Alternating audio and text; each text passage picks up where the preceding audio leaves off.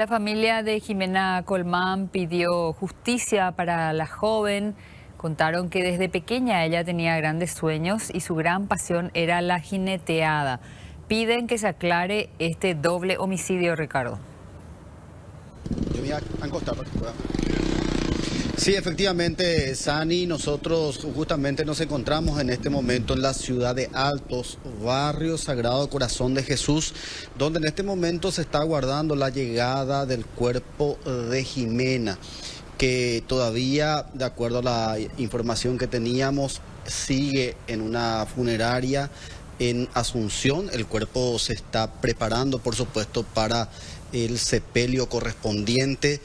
Sobre todo decir que toda una familia está realmente consternada, una comunidad también la de Altos, por supuesto, de donde la joven vino a establecer su vivienda. Hay que recordar que ella es oriunda en realidad de la ciudad de Paraguarí y que hace aproximadamente un año, de acuerdo al dato que nos brindaban los familiares, está viviendo en este lugar.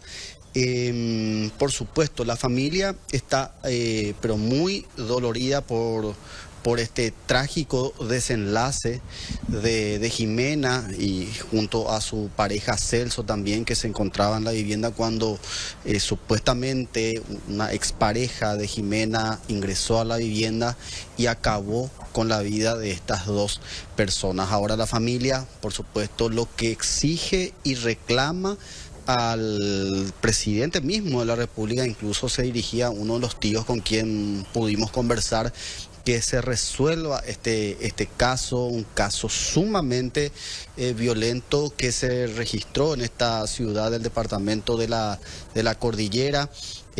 Como verán, hay mucha gente durante toda la siesta tarde, estuvieron llegando hasta el lugar, esperando por supuesto que llegue el cuerpo de Jimena para poder hacer los actos funerarios correspondientes, de acuerdo a lo que ya nos estaban también informando. El día de mañana se estará realizando también una actividad a la que invitan justamente a todos los jinetes y amazonas para acompañar a Jimena en su última cabalgata, como la denominan, en el horario de las 10 de la mañana, acá en este domicilio en la ciudad de Altos, para poder ir hasta la iglesia de esta ciudad también para darle el último adiós. Así que estamos en esa espera, Sani, atentamente desde este lugar a que llegue el cuerpo de Jimena. Seguramente ese momento va a ser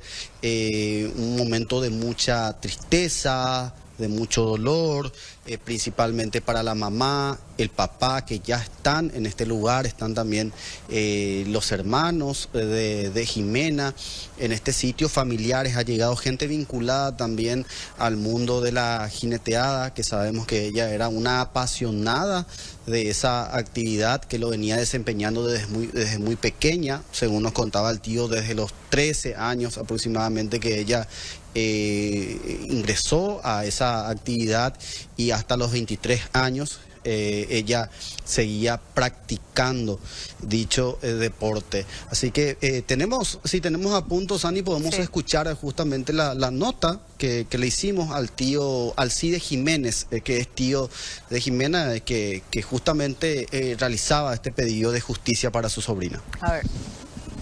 ¿Hace cuánto que ella está viviendo acá en Alto? Y hace su mamá es un año. Un año. ¿Se mudó con su expareja?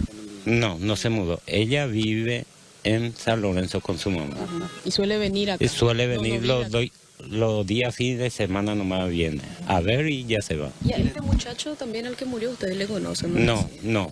Yo no le conozco porque poco le junté con ellos, porque yo no me quedo en mi casa. Yo trabajo hacia el Chaco. Cada 2 o 3 meses vengo. Pero parece que le estaba conociendo recién a... No, ahora nomás. Hace 5 meses que son pareja. Y así dice la gente. Bueno, sí, es mucho dolor para la familia, también Y lo que mucho dolor. mamá que dice... Y ahora está sufriendo y va a sufrir hasta siempre. De acuerdo a la denuncia policial, al menos dicen eso también ahora. Así dice la gente. El 8 de diciembre que dio queja otra vez. Pero antes de eso ya le había denunciado. La No primera sé, vez. la primera vez yo escuché. Aparentemente era una persona violenta, de acuerdo a lo que mencionaba ella en su denuncia al menos. Así dijo la gente, su pariente. Y este hombre que está ahora prófugo tenía orden de alejamiento justamente por violencia. Y qué bueno sería que esta orden de alejamiento no sea un papel nomás para saber después quién te mató, sino que realmente el Estado haga algo para proteger a estas personas que están denunciando, que están siendo acosadas o que fueron golpeadas o que corren riesgo. Sería muy bueno eso, Santi. Claro, que se tenga algún tipo de protocolo además alrededor, que es lo que de alguna manera hace rato se viene reclamando. Pero esta historia nada más deja tantos elementos, ¿verdad? Uno probablemente, Ricardo, más desde el aspecto familiar, ya que estuviste ahí cerca, lo hablábamos recién con Iván también, la corazonada de la madre. Tu chamba algo la techaga pero también esa corazonada que puede llegar a tener la madre ante la ausencia de un hijo. Y ese fue el elemento, digamos, disparador, como para que empiecen a hurgar, a indagar qué había pasado, que la hija no estaba apareciendo, Ricardo. Y seguramente también es un elemento que queda, en cierto modo, está presente en medio de la recordación ahí en el velorio, ¿no?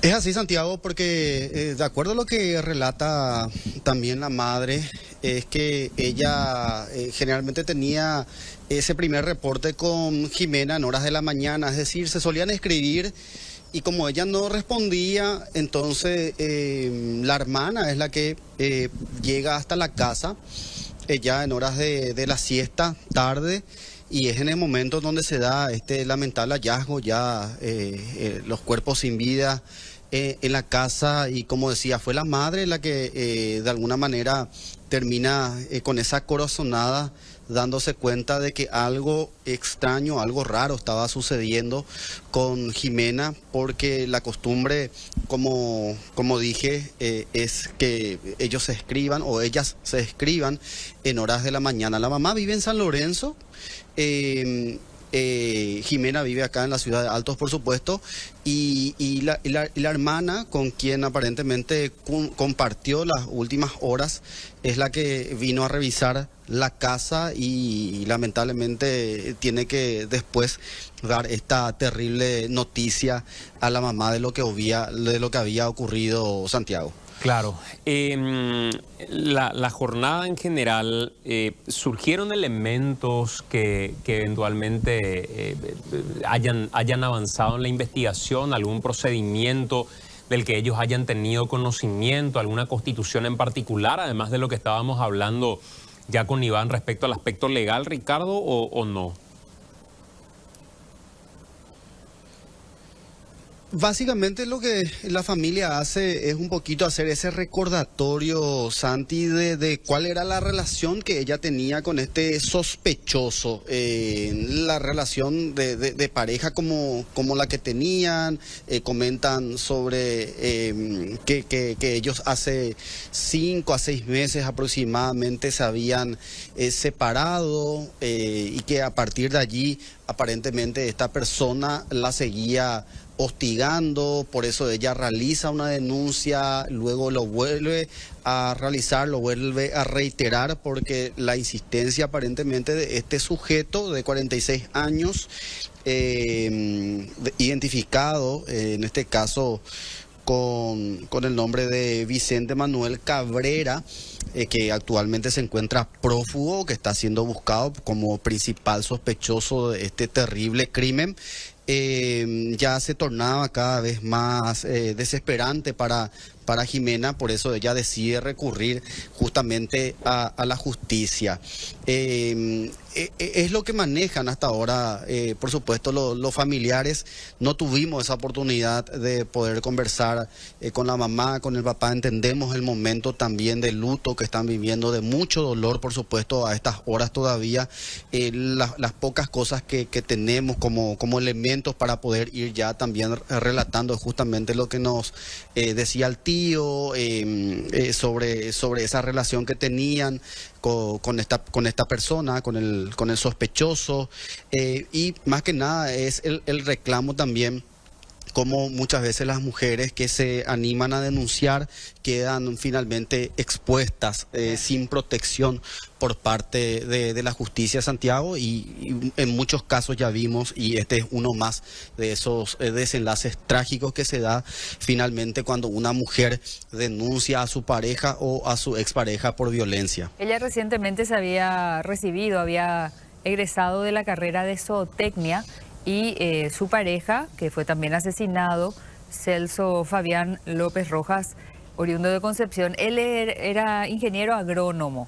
Y la persona que está prófuga, es el presunto autor de este doble homicidio, es un estanciero de nombre Víctor Manuel Cabrera Valiente.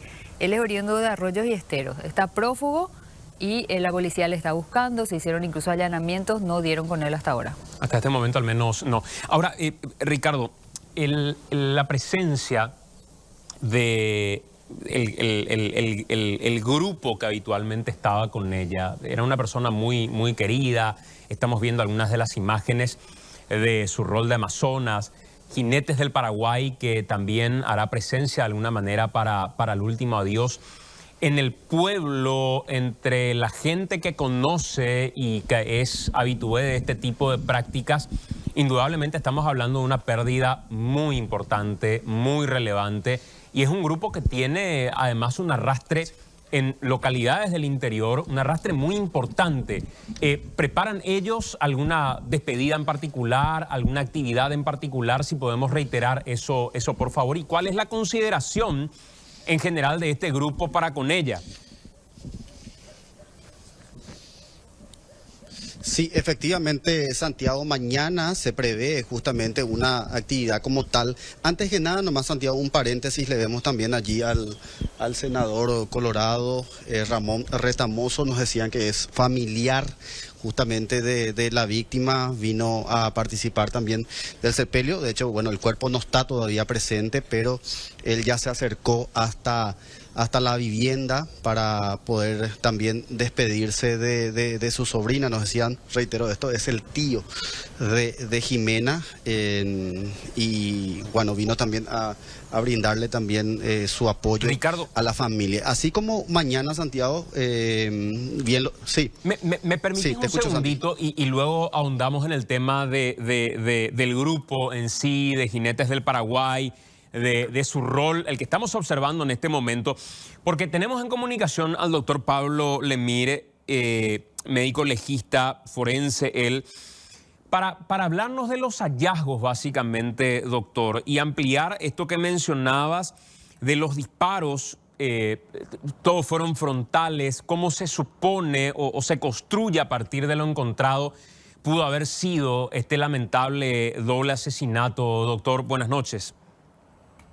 Buenas noches, ¿qué tal? ¿Cómo estás, Santiago? Un saludo a vos y a la audiencia. Bien, doctor. ¿Qué elementos de relevancia que puedan aportar? Porque creo que la tarea del médico legista, más allá de lo que uno puede imaginar respecto a el quedarse con el dato del hallazgo estrictamente, es un elemento muy importante para la construcción de las hipótesis ya de los investigadores, doctor. Eso funciona de esa manera, ¿no? Sí, de hecho es así, y es algo que de hecho no concluye hoy, sino que después se continúa trabajando en gabinete, ya con la gente, ya aportándole datos a la gente que hace criminalística de campo, ¿verdad? Para la investigación. Acá una de las cosas que primero tienen que llamar la atención es obviamente la cantidad de impactos que recibe ella en comparación con el varón, ¿verdad? Sí. Ella recibe 5 impactos, el hombre recibe 2. Ese es un dato no menor, ¿verdad? Te habla de cuál era el objetivo principal probablemente del tirador.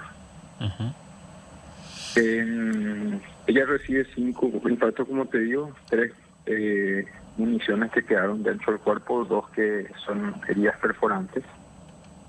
Y la orientación y los ángulos de incidencia de los proyectiles son muy variables. en el cuerpo de ella, lo cual significa que hubo mucho movimiento. La dinámica obviamente no puedo profundizar en este momento porque nosotros no hicimos escena, los que estuvimos hoy, eso lo tiene que ver la gente que hizo escena y cómo se encontró el cuerpo, cómo era el lugar del hallazgo del cuerpo, etcétera, etcétera, para poder entender mejor la dinámica. Lo que nosotros sí le aportamos son los ángulos de incidencia de los disparos y la orientación de hacia dónde vino la bala, por así decirlo. Y en este caso tenemos orientaciones que van tanto de izquierda a derecha como de derecha a izquierda.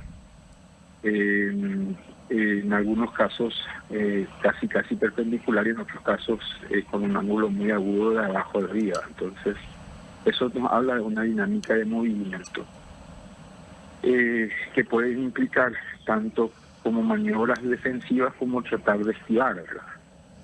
Y a eso me refiero con que hay que analizarlo luego en gabinete con la gente criminalística.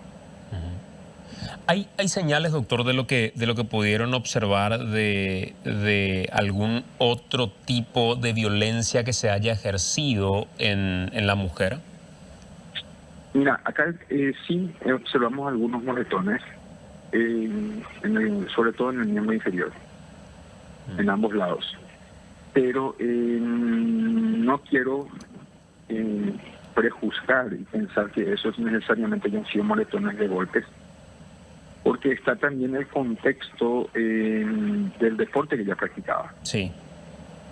Y obviamente el ser jinete crea normalmente algunos tipos de lesiones, sobre todo en miembros inferiores, ¿verdad? En los muslos. Entonces tenemos que analizar esas lesiones y luego poder emitir opinión. Y respecto Como te digo, eso es algo justamente que sí quiero aprovechar la oportunidad para dejarlo claro. Al terminar una autopsia, en todos los tipos de autopsia, el informe que se da ese día, que es el día de hoy, es un informe preliminar, no es un informe todavía final, y está sujeto a los resultados de anatomía patológica y al análisis de gabinete. Y respecto al hombre, ¿también es equiparable a esas señales de violencia o en el caso de él es como que lo mataron rápido? Exacto, por usted diga, eso es algo que sí llama la atención. O sea, él tiene dos disparos nada más, y también son de adelante para atrás. O sea, nunca hubo en este caso nada ni de quemar ropa, ni de muy corta distancia, ni de ajusticiamiento, ni nada por el estilo. Con lo que uno creería, doctor, que hablando mal y pronto, es como que se lo quitaron de encima para ir al objetivo real. Exactamente. Y también es determinable si es que primero mataron al hombre y luego fueron por la mujer. Eso no sabría decirte, Santiago. O sea, ese tipo de datos se construyen más en la escena. Ya. Porque de hecho cuando nosotros trabajamos en el cadáver de una autopsia que se hizo esta mañana, ya estamos distantes en relación a la data de muerte porque el levantamiento del cadáver se hizo ayer. O sea, hay parte de la información, por eso la autopsia se divide, o sea, académicamente nosotros decimos que la autopsia inicia en la escena, que es la primera fase. O sea, gran parte de la información también lo da el levantamiento del cadáver. Y luego se complementa con la fase 2, que es el examen externo del cuerpo, la fase 3, que es el examen interno, y la fase 4, que es el examen ya de los hallazgos del laboratorio, ¿verdad? Que todavía nos falta, por eso es que estoy hablando de que este procedimiento todavía no concluye. Estamos en una fase 3 y nos falta la fase 4, que es el análisis de gabinete con los resultados del laboratorio, de las muestras extraídas. Doctor, teniendo en cuenta que los familiares tardaron algunas horas en encontrarlos, ¿estos disparos fueron así mortales en el momento o pudo haber un desangramiento? No, estamos hablando de disparos que... No, estamos hablando de disparos que... O sea, no es una muerte instantánea. Estamos hablando de shock hipovolémico, es decir, estamos hablando de unas horas de... Estuvieron padeciendo no te estoy diciendo que hayan estado despiertos, habrán estado ya en pérdida de conciencia, pero sí es un no proceso, fue inmediato. no es una muerte instantánea. No fue instantáneo entonces. 5 balazos, pero ninguno comprometió un órgano vital así de pleno. Comprometieron órganos vitales, de hecho, por eso están muertos. Pero no están corazón. muertos. Pero no es una muerte instantánea. Las muertes instantáneas solamente se dan en 2 casos. Sí. Básicamente, que es la destrucción del tronco encefálico y la destrucción del callado de la aorta, ¿verdad? Que es la salida, digamos, de la arteria principal del corazón. En este caso, ninguna de esas 2 lesiones se han producido, entonces no estamos hablando de una muerte instantánea. Sí. Doctor, gracias por este reporte. Muy amable, señor.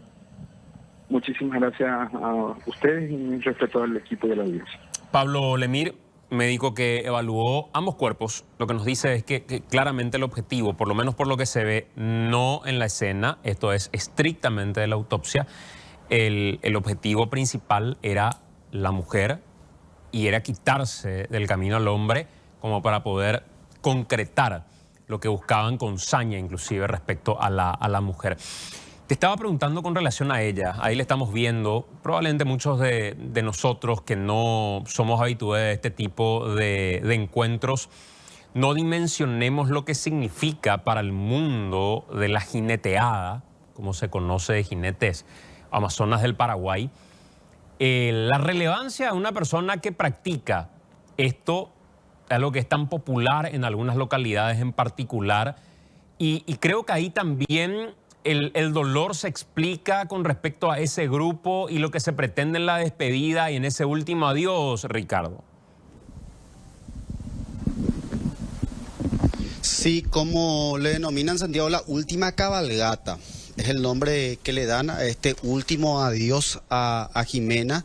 Y esto se va a realizar el día de mañana. Hoy, sin embargo, ya vimos la presencia de gente que está vinculada a ese mundo de la jineteada, llegando hasta esta casa en Altos para acompañar a la familia. Le vimos a muchas amazonas, a jinetes llegando hasta este lugar, y mañana hay una invitación especial. La invitación es sobre todo y muy especialmente a todos los jinetes y amazonas a acompañar a la querida Jimena en su última cabalgata en el horario de las 10 de la mañana desde su domicilio en Altos rumbo a la iglesia de esta localidad. Es la idea de justamente demostrar de alguna manera también con eso el acompañamiento a la familia y sobre todo con eso que tanto a Jimena le gustaba, que era la jineteada. Recién hablamos nuevamente con algunos familiares y nos decían que ella prácticamente los 10, 7 años ya se perfilaba con ese deseo o de alguna manera de hacer esto, que ella lo venía practicando ya desde los 13 años, participando prácticamente de varios eventos. Hay muestras fotográficas que también pudimos conocer en estas últimas horas de todas las actividades en las que ella participaba, y efectivamente estaba muy vinculada también al todo el tema de la pasión por los animales. Nos estaban contando que acá dentro de la casa, por ejemplo, está la caballeriza, donde tienen los caballos, también tienen otros animales como ovejas y demás. De hecho, que ella hace muy poco se recibió de ingeniera en zootecnia, es decir, siempre muy vinculada a ese mundo de los animales, y en este caso lo que ella venía practicando, que es la jineteada. Así que mañana seguramente la presencia de jinetes y amazonas acá, desde este lugar, partiendo hasta la iglesia, seguramente que va a ser un marco muy, muy lindo dentro de todo, por decirlo de alguna manera, acompañando a la familia en ese último adiós, en la última cabalgata que le llaman Santiago. Sí, efectivamente. Bueno, una recordación muy sentida seguramente por parte de aquellos que forman parte también de esa comunidad en particular. Quizá tengamos la chance en el transcurso de este servicio informativo de conversar con algunos de ellos, alguno que conozca más de ese perfil, de ese lenguaje, de esa parte de la historia, y pueda describirnos también y pueda contarnos quién era ella, cuál era su proyección, qué futuro tenía dentro de este ambiente en particular, porque es interesante también conocer desde esa perspectiva a una joven, a una mujer que también tenía una proyección relevante en un mundo quizá desconocido para muchos de nosotros. Gracias, Ricardo. Retornamos con vos en un momento. Sani.